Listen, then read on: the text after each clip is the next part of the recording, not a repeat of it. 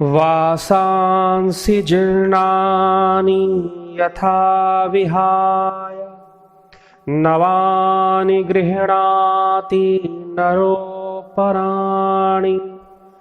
तथा शरीराणि विहाय जीर्णान्यन्यानि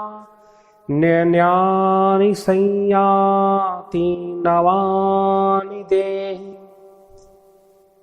योगेश्वर श्री कृष्ण श्रीमद् भगवद गीता के इस श्लोक में वो एक रहस्य उद्घाटन करते हैं कि जिस प्रकार हमारे वस्त्र जब जीर्ण हो जाते हैं तब हम उन वस्त्रों का त्याग करके नूतन वस्त्रों को धारण करते हैं,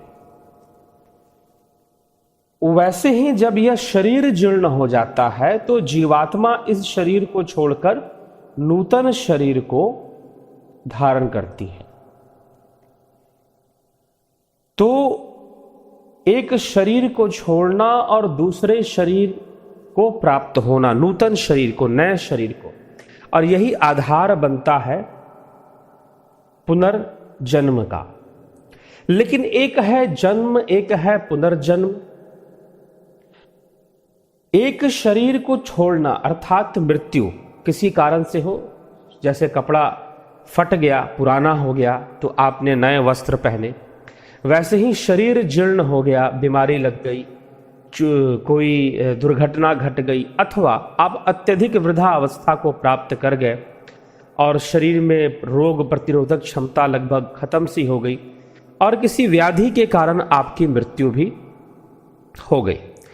तो इस प्रकार से घटनाएं घट सकती हैं और मृत्यु शरीर की होती है और उसके बाद जीवात्मा उस शरीर को छोड़कर दूसरा शरीर धारण करती है। लेकिन ये शरीर को छोड़ना और दूसरे नूतन शरीर में को हेतु जो है प्रवेश करना, इस बीच की जो अवधि होती है वह सूक्ष्म शरीर में लेकिन वासना युक्त होकर जीवात्मा भ्रमण करती है। रहती तो सूक्ष्म में ही है लेकिन वासना युक्त होकर, वासनाओं से मुक्त होकर नहीं, जीवात्मा भ्रमण करती है। तो नूतन शरीर धारण करना और अपने एक पिछले शरीर का त्याग करना, इन दोनों के बीच का जो अवधि काल है, जो समय है, वह प्रेत काल है। तो उसे प्रेत काल कहते हैं। तो जिज्ञासुओं, आज हम इस विषय पर चर्चा करेंगे और आगे और हम ऐसे विषयों पर चर्चा करेंगे जो इस विषय से संबंधित है। ये अपने आप में एक विज्ञान है, प्रेतात्मावाद का विज्ञान। यद्यपि यह विषय उपेक्षित है, कई लोगों के द्वारा उपेक्षा कर दी जाती है, ये कह दिया जाता है कि सब बातों पर तो अनपढ़ विश्वास करते हैं, पढ़े लिखे विश्वास नहीं करते, कुछ इस तरह की भाषा का प्रयोग लोग करते हैं। परंतु ये हमारे देश में आया, हाँ ठीक भी है। अगर आप अनुसंधान नहीं करते विषय पर तो फिर उसे बिना अनुसंधान के, बिना जाने किसी चीज को मान लेते हैं, तो वो बिल्कुल ठीक नहीं है। जानकर ही मानना चाहिए। यहां तक कि ईश्वर को भी जब तक जानो नहीं तब तक मानो नहीं। तो प्रेत आत्माओं को फिर क्यों माना जाए? तो इसलिए उनका अस्तित्व होता। कई लोग तो ये भी मान लेते हैं कि जब भगवान है तो भूत क्यों होगा, भूत प्रेत तो होने ही नहीं चाहिए क्योंकि भगवान है, भगवान है इसीलिए भूत प्रेत होते हैं। सबसे बड़ी बात तो ये है। तो आप अस्तित्व को मानते हैं, नहीं मानते हैं, ये एक अलग विषय है। लेकिन आज हम एक वैज्ञानिक चर्चा इस विषय पे प्रारंभ कर रहे हैं। तो आप अगर इस विषय में रुचि रखते हैं तो अवश्य चैनल को सब्सक्राइब कर दें, शेयर, कमेंट, लाइक जरूर किया करें। जो लोग नहीं मानते उनको भी आप अगर ये भेजेंगे तो हो सकता है कि वो सुनने के बाद उनको लगने लगे कि हाँ, ऐसी चीजें हो सकती हैं। तो सूक्ष्म शरीर की चर्चा पहले भी योग शास्त्र के आधार पर किया जा चुका है। वेदांत चर्चा में भी सूक्ष्म शरीर का वर्णन आता है, जो कि हम आगे आने वाली चर्चाओं में अद्वैत की चर्चा जब करेंगे, विशेष रूप से मांडुक्य उपनिषद पर आधारित, मांडुक्य कारिका पर आधारित, तो वहां पर भी ऐसी चर्चा, ऐसे लोक की चर्चा की जाती है जहां पर जो कि भूत प्रेत आदि का ही लोक है एक तरह से। तो प्रेतात्मावाद प्रारंभ होता है। क्यों? क्योंकि मनुष्य के जीवन में ऐसी बहुत सारी घटनाएं घटती हैं जो इससे प्रभावित होती हैं। हम कितना मानते हैं, कितना नहीं मानते हैं, ये विषय नहीं है। मानने का तो काम ही मत किया करो, जानने का काम करो, जाने बिनु ना होए प्रतीति, सीधी सी बात है।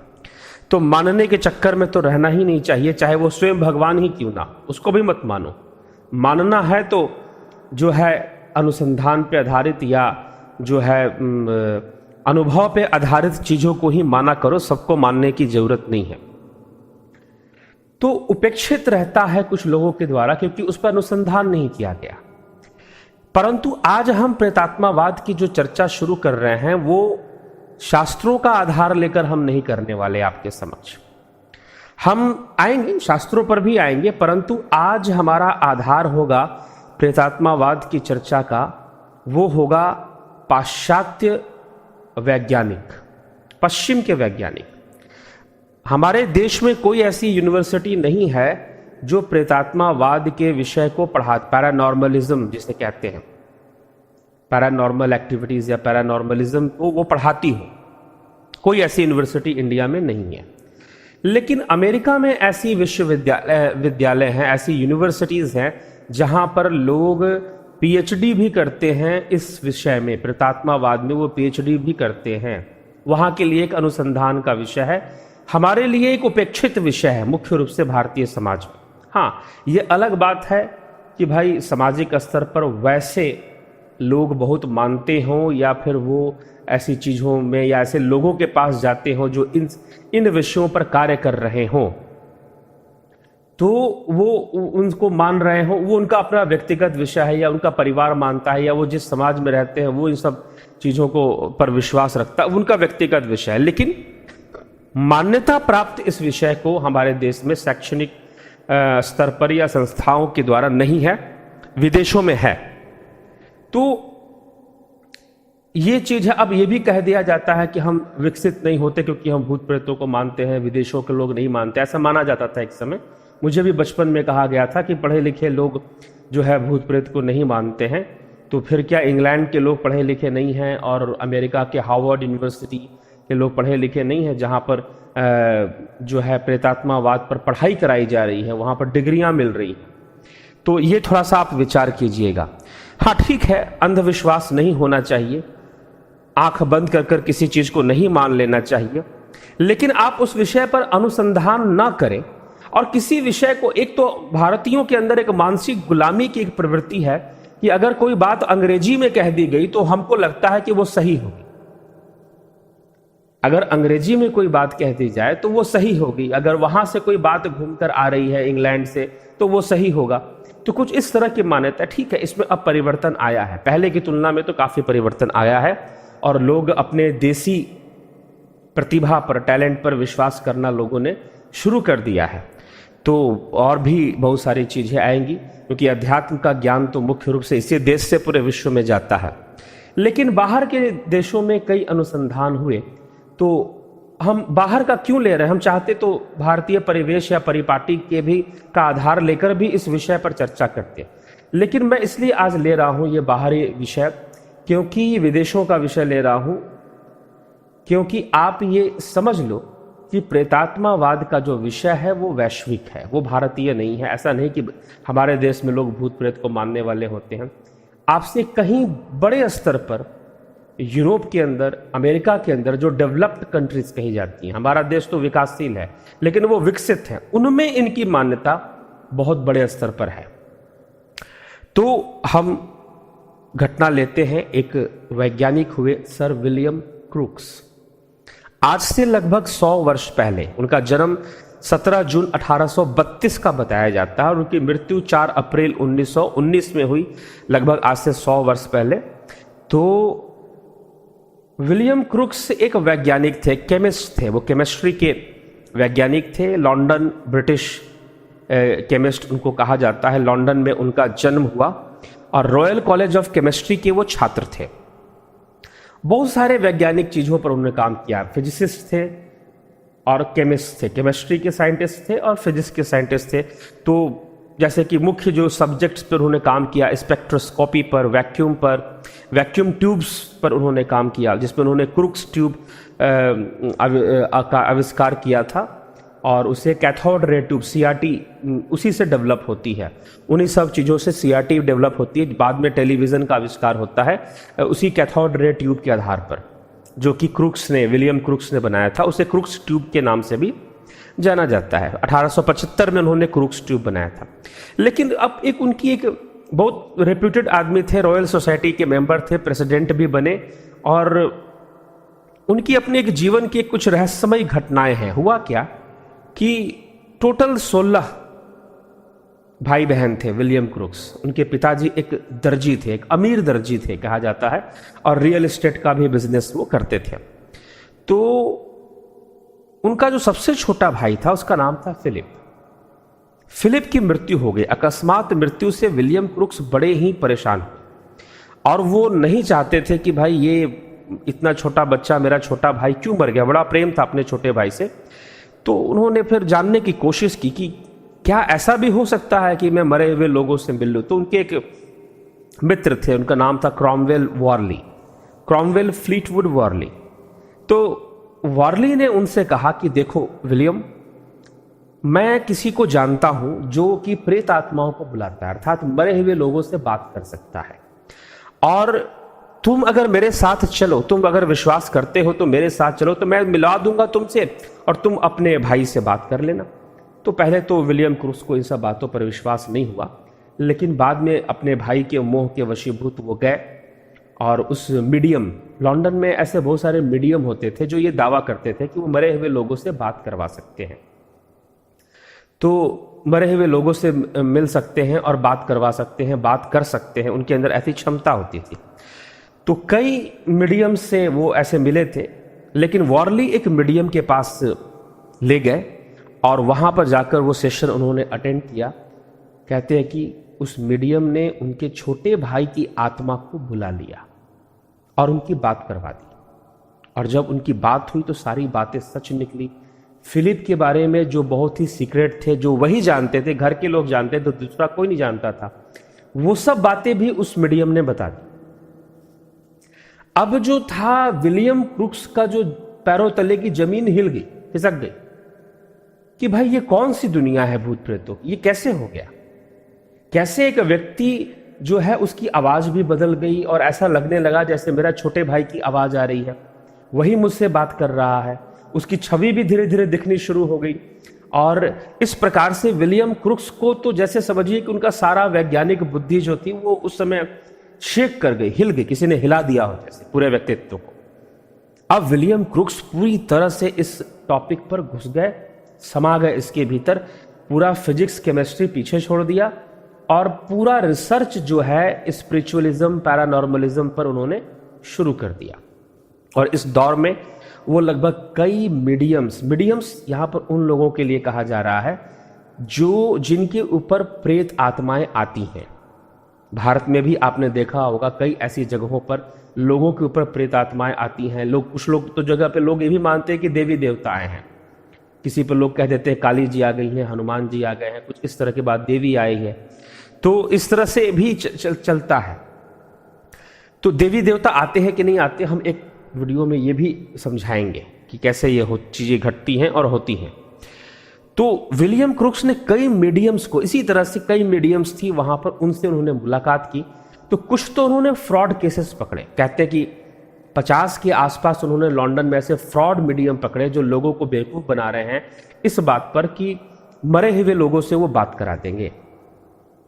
लेकिन उनको कई जो है बहुत जेन्युइन मिले, और जिनमें वो नाम खुद जो बताते हैं, केट फॉक्स एक मीडियम जो कि उनके लिए बहुत जेन्युइन, और फ्लोरेंस कुक जो कि उनकी सबसे नजदीकी मीडियम थी।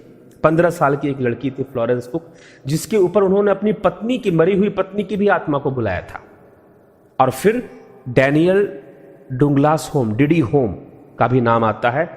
उनका जो कि विश्वास दृढ़ हो गया था डीडी होम से मिलने के बाद, उनकी शक्तियों को देखने के बाद, आध्यात्मिक, स्पिरिचुअल, ये मरे हुए लोगों से बात करना, उनको बुलाना, इन सब। तो उन्होंने ऑकल्ट भी सीखा, जो ट्रेडिशनल ऑकल्ट था। एक ऑकल्ट कहते हैं भूत प्रेत तंत्र मंत्र की जो विद्याएं होती हैं, वहां पर इन लंदन में जो चलता था वो क्रिश्चियनिटी बेस्ड हुआ करता था। तो उस सब भी उन्होंने सीखा था बाद में।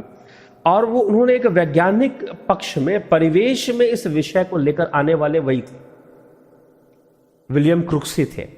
तो विलियम क्रुक्स ने एक रेडियोमीटर बनाया, क्रुक्स रेडियोमीटर के नाम से वो जाना जाता है। उसकी फोटो हम आपको यहां पर लगा रहे हैं।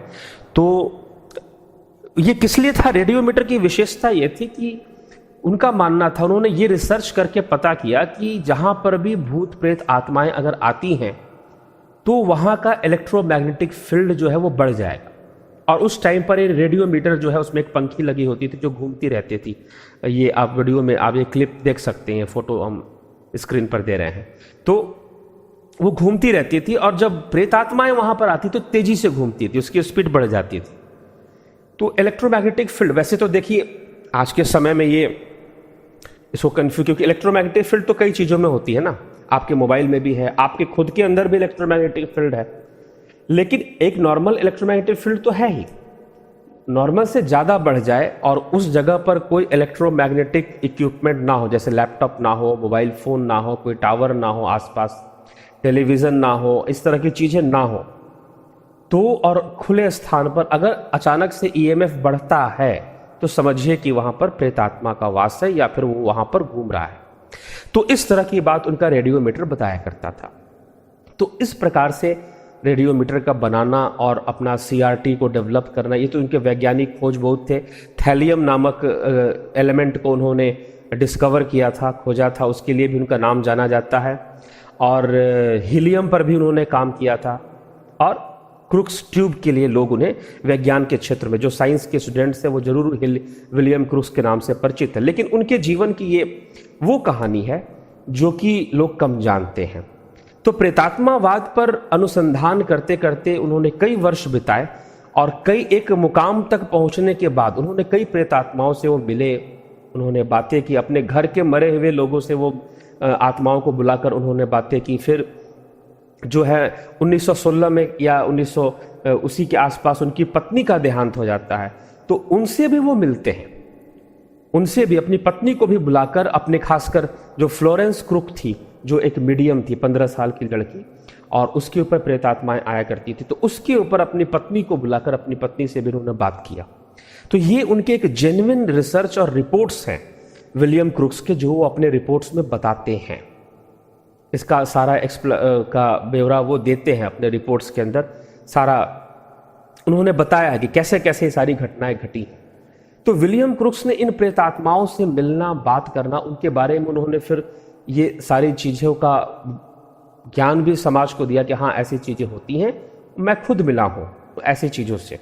फिर बाद में वो फिर से उस विषय को लेते हुए ही जो ऑर्थोडॉक्स सिस्टम ऑफ साइंस था, फिजिक्स का जो सिस्टम था, जो खोज जिसमें चल रही थी, उसमें दोबारा वो आ जाते हैं। लेकिन साथ में जो पैरानॉर्मलिज्म था, उनका जो प्रेतात्मावाद था, उसमें भी वो काम करते रहते, उसको त्यागते नहीं, उस पर भी उनका कार्य चलता रहता है। और उसके साथ साथ वो वहाँ पर लंदन में एक सोसाइटी थी, सोसाइटी ऑफ साइकिकल रिसर्च, उसके वो प्रेसिडेंट बनते हैं, जो इन सब विषयों पर रिसर्च करती थी। फिर घोस्ट क्लब था, उस घोस्ट क्लब के भी वो मेंबर बनते हैं और साइकिकल रिसर्च के तो प्रेसिडेंट बनते हैं। एक पोएट हुए मायर्स करके, वो भी वहाँ के मेंबर थे, उन्होंने वो सोसाइटी बनाई थी।